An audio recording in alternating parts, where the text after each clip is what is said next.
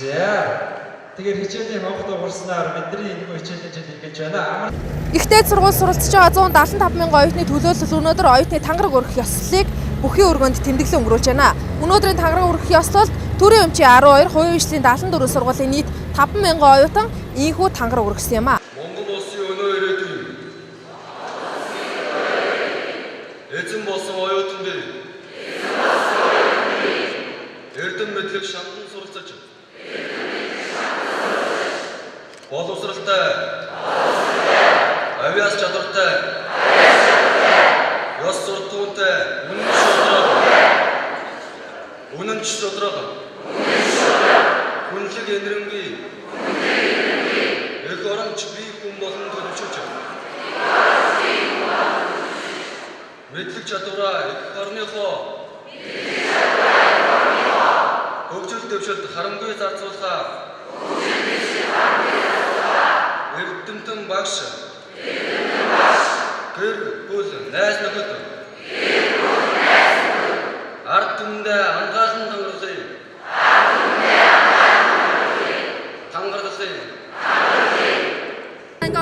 Тангараг өргөж байна. Оюутнууд ер нь тангараг өргөх хамгийн гол чухал шалтгааны талаар та мэдээлэл өгөө.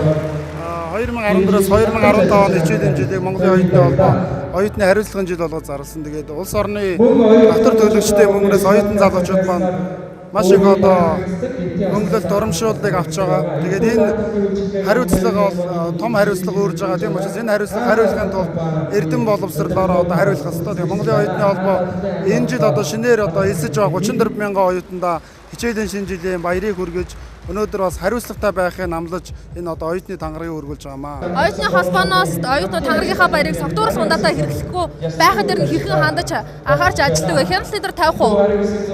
Ер нь бол нийслэлийн захирагчийн ажлын албатай хамтарч бол энэ талаар тодорхой ажил хийдэг.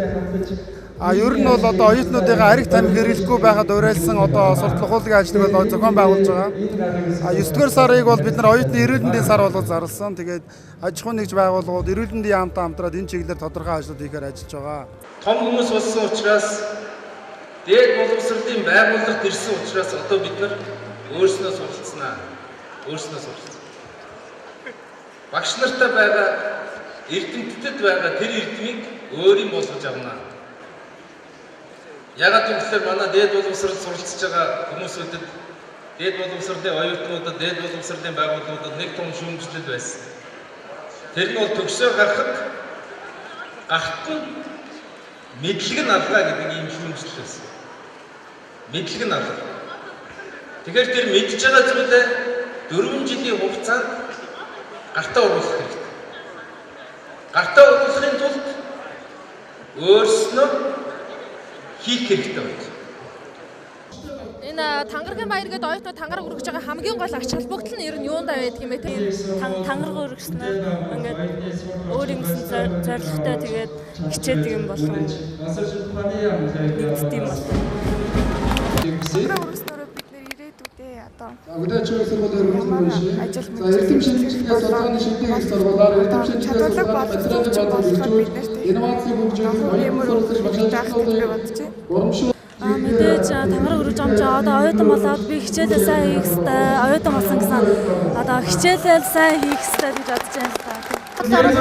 Оюутан хүн эх орондоо хэрэгтэй одоо эзэмшсэн мэрэгжил нь одоо өөрт нь ач холбогдолтой байх хэрэгтэй. Үүнээс тангараг өргөж байна. Оюутны 4 жилийн бол таны даатад сурхаас гадна өөрийгөө бусдад үнэлүүлэх, өөрийгөө таних, бусдаар бүтээн зөвшөөрөх, нийгмээ түгжээх, мандатыг бодох энэ 4 жил байх болно. Баяр хүргэе оюутан залуучуудаа.